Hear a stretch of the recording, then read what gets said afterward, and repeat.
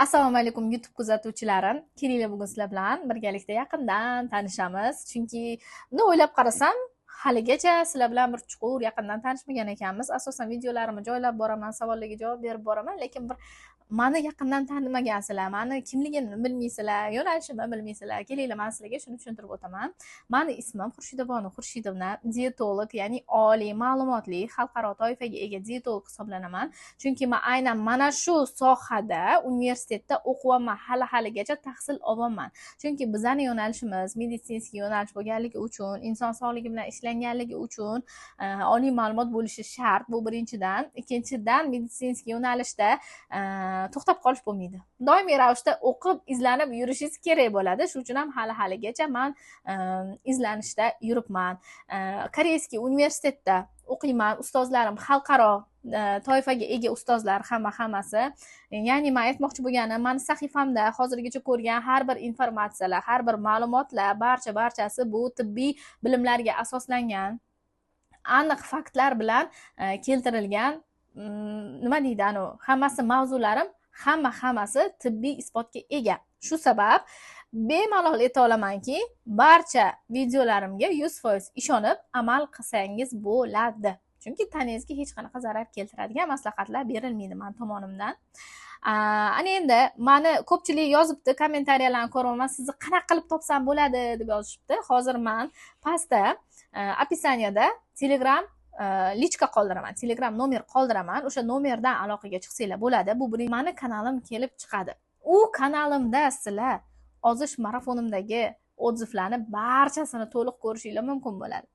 Ana endi juda ko'pchilik inson mendan so'raydi, nima uchun aynan milliy dieta? Bu qanaqa dieta ekan deb rosa ko'pchilik qiziqadi.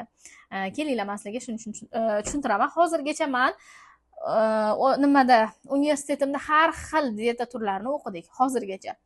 Umrim davomida, hayotim davomida, faoliyatim davomida juda ham ko'p dieta turlarini bilaman. Va u dieta turlarini men o'zimizning O'zbekistonga moslashtirib ko'rganimda hammasi ham to'g'ri kelmagan. Hamma dieta turlari bizning O'zbekistonga to'g'ri kelmaydi. Masalan, oddiy misol, keto dieta eshitgan bo'lsanglar, men o'zbeklarga uni tavsiya qila olmayman. Chunki keto dieta jigarida yog' bosgan insonlarga mumkin emas hisoblanadi. Lekin bizani O'zbekistonda asosan ozgina ortiqcha vazni bor insonlarni, hattoki ortiqcha vazni yo'q insonlarda ham jigarning yog' bosish holatlari kuzatilyapti. Shu sabab men unaqa dieta turini O'zbekistonda qo'lla olmayman. Yoki shunga o'xshash har xil dieta turlari bor.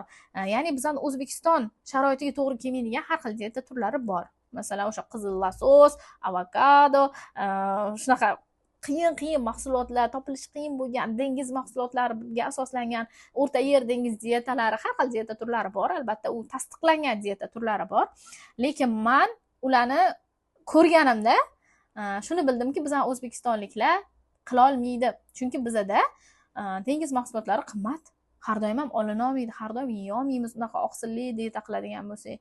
Va shuni o'ylab ko'rdim, har xilini o'ylab ko'rdim, dieta turlarini har xilini o'ylab ko'rib shuni bildimki, bizani baribir o'zimizning milliy taomlardan voz kecha olmaymiz. Hech bo'lmasa shu milliy taomlarimizni balanslagan holatga keltirsamchi degan narsa bo'ldi miyamda. Va milliy taomlarni ratsionimizdan chiqarib tashlamagan holatda, uni balanslagan holatda shunaqa ovqatlanish turini tuzdim va unga milliy dieta deb nomladim. Asosan bizning O'zbekiston tarelkasi, ya'ni o'sha sog'lom tarelka qoidasiga umuman zid to'g'ri kelmaydi. Bizaniki sog'lom tarelka qoidasi hisoblanmaydi. Lekin bizning ovqatlarimiz, ishoninglar, eng mazali, u dunyo bo'yicha eng mazali ovqatlar. Chunki qovurilgan yog'da pishgan ovqatlar doimiy ravishda birinchi o'rinda turadi mazalilik bo'yicha. Lekin biroq sog'lom tarelka qoidasiga hammasi ham to'g'ri kelmaydi bizning ovqatlarimiz. Hammasi asosan xamir, osh, norin, somsa, o'zimda ko'rsanglar hammasi xamirga asoslangan, uglevodga asoslangan va bizning pitaniyamizda oqsil juda ham kam. Sabzavotlar, kletchatkalar deyarli yo'q. Faqatgina sabzavotda asosan osh bilan iste'mol qilishadi. Yana qanaqa foydali yog' emasda, bizda trans yog' ko'p ishlatiladi O'zbekiston aholisida. Va yana qanaqa. Xullas, mana shuni ko'rib chiqdim-da, men o'zimizning tarelkamda tasavvur qildim. sog'lom tarelkaga вообще to'g'ri kelmaydi. Demak, ozgina o'zgartirish kiritamiz. Mayli, o'sha oshni olib tashlamaymiz, xamir ovqatlarni ham olib tashlamaymiz, lekin ozgina o'zgartirish kiritamiz degan maqsadda sog'lom tarelkasiga mos keladigan qilib, o'sha uglevodli ovqatlarimiz yonida oqsillari, kletchatkalari, foydali yog'lari qilib, mana shunaqa qilib ratsion qilib tuzgan holatda men asosan Milliy dieta brendiga asos solganman.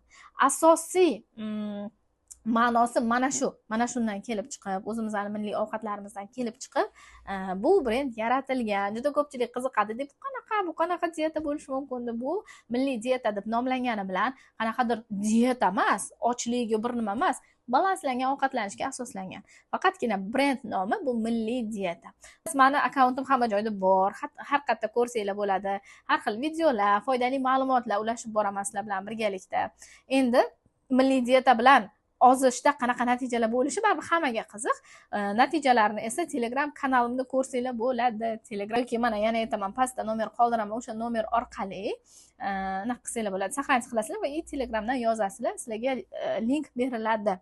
Xullas, bugungi mavzum shu, sizlar bilan qisqacha tanishish edi. Qanaqadir savolinglar bo'ladigan bo'lsa, bemalol kommentariyada yozib qoldirsanglar bo'ladi.